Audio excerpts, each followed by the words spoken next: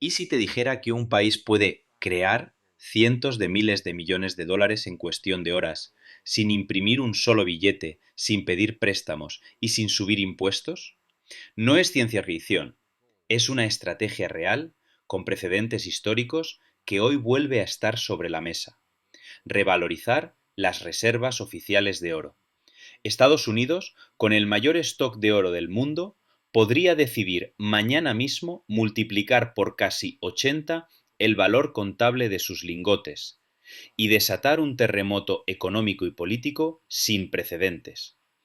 Pero detrás de esta idea aparentemente brillante se esconde una verdad incómoda.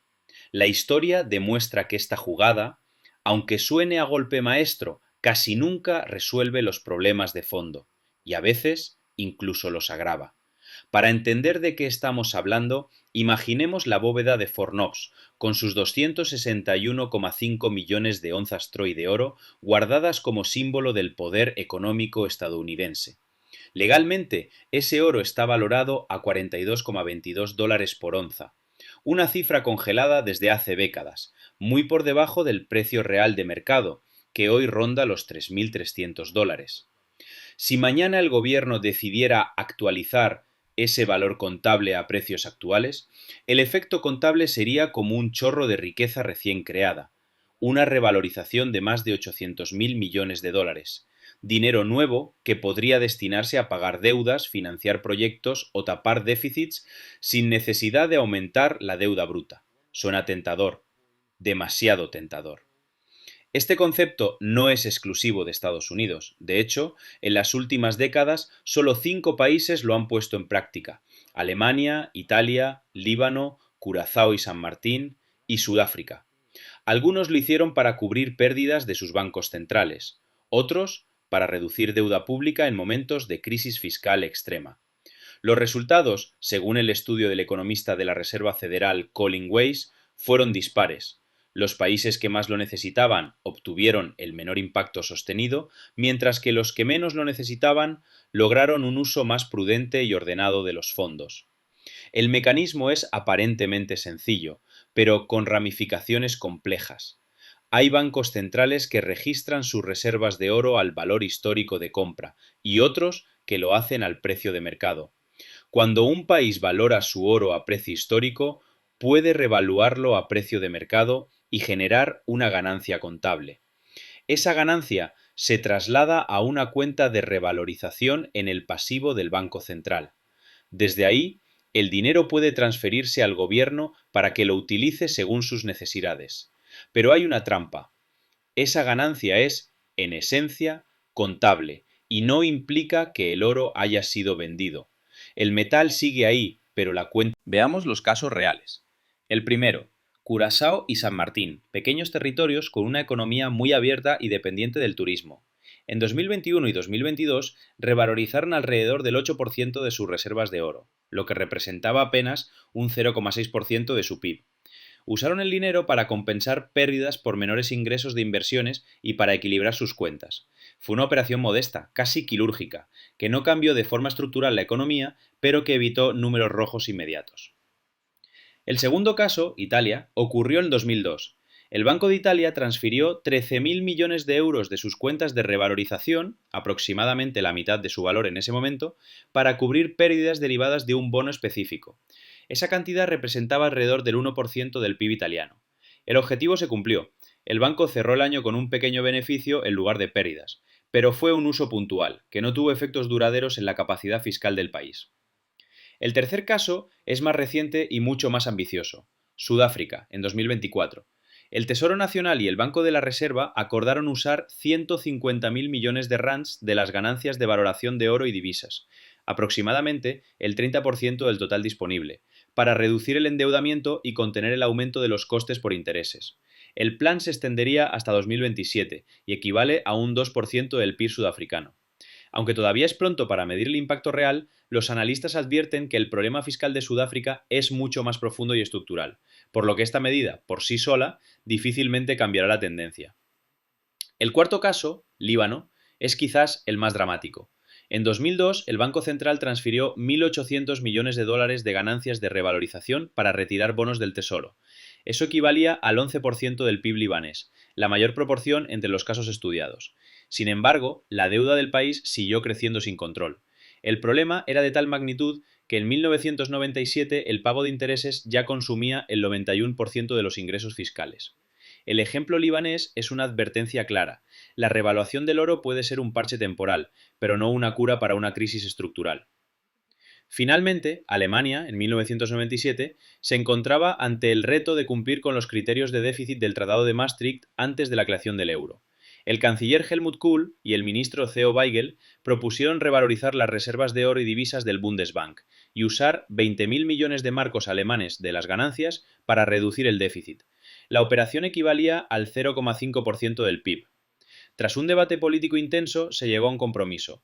Las reservas se revalorizaron en 1997, pero los fondos no se transfirieron al gobierno hasta 1998.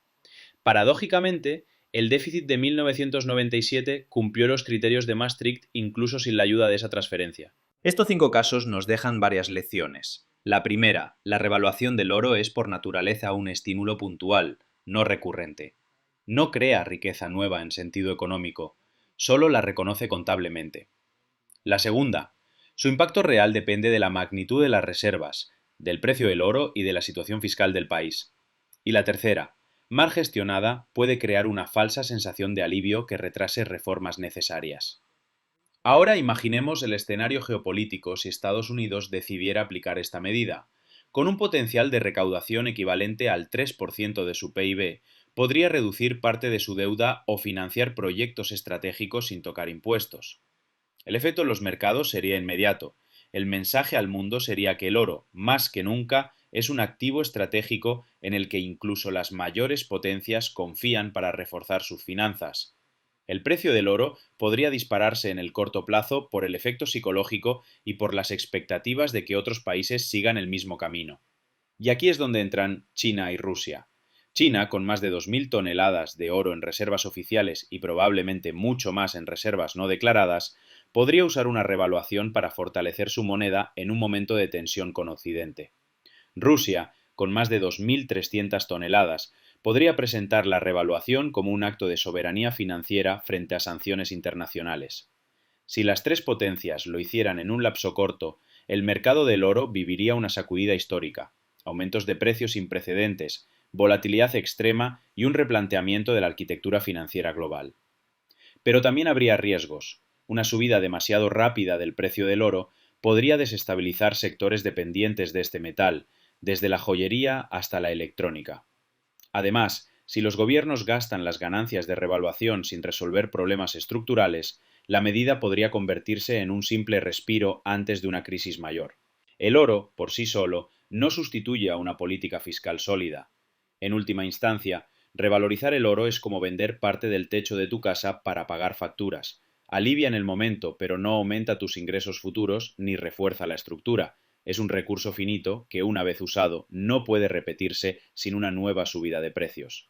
En el caso de Estados Unidos, hacerlo ahora significaría aprovechar el precio más alto de la historia, pero también reconocer que, incluso la mayor economía del mundo, busca soluciones extraordinarias para retos extraordinarios. Tal vez, como sugiere la historia, la revaluación de reservas de oro sea un movimiento útil en circunstancias específicas, pero no una herramienta para el uso cotidiano. Y quizás el verdadero mensaje que deja este debate es otro, que, pese a todas las innovaciones financieras y las monedas digitales, el oro sigue siendo, en el siglo XXI, el refugio último del valor. Y eso, por sí solo, debería hacernos pensar en qué tipo de sistema monetario global estamos construyendo. ¿Y quién tendrá el control cuando la próxima crisis golpee? Si Estados Unidos ejecutara esta jugada, la reacción de los mercados internacionales no se limitaría al oro. El dólar, como moneda de reserva global, podría experimentar una volatilidad inesperada. Algunos inversores interpretarían la revaluación como un signo de fortaleza, la demostración de que el país posee activos sólidos para respaldar sus finanzas, pero otros podrían verlo como una señal de que la deuda estadounidense es tan grande que necesita soluciones excepcionales. Esto podría desencadenar movimientos masivos en el mercado de divisas, con países diversificando sus reservas hacia otras monedas o hacia más oro físico, acelerando la tendencia de desdolarización que ya se observa en algunos bloques económicos. En este contexto, países como India, Turquía o incluso Brasil podrían sentirse tentados a seguir la misma estrategia, aprovechando el aumento del precio del oro para fortalecer sus balanzas fiscales. La diferencia es que para muchas economías emergentes el oro no solo es un activo financiero, sino también una herramienta de prestigio nacional. Un anuncio de revaluación podría ser utilizado políticamente como un símbolo de soberanía, enviando un mensaje de independencia frente a las presiones de instituciones internacionales como el FMI o el Banco Mundial. Sin embargo, esta carrera por revalorizar el oro también podría derivar en una auténtica guerra monetaria del siglo XXI. Si varias potencias lo hicieran de forma simultánea, la confianza en las monedas fiduciarias podría erosionarse más rápido de lo que los bancos centrales podrían reaccionar. En ese escenario, el oro recuperaría un papel que no tenía desde hace medio siglo, el de ancla del sistema monetario internacional. Pero el costo sería alto. Inflación importada, tensiones comerciales, restricciones al movimiento de capitales y posiblemente nuevas formas de proteccionismo disfrazadas de políticas monetarias defensivas. Y aquí surge una pregunta inquietante. Si el oro vuelve a estar en el centro del sistema financiero global, ¿quién controlará su precio? Hoy, gran parte de las operaciones se fijan en mercados como Londres o Nueva York, pero una revalorización masiva podría desplazar el poder hacia nuevos centros de negociación, quizá en Asia. Imagina un mundo en el que el precio del oro no se determine ya en dólares, sino en yuanes o en una cesta de monedas. Eso no sería solo un cambio financiero, sería un cambio de poder global.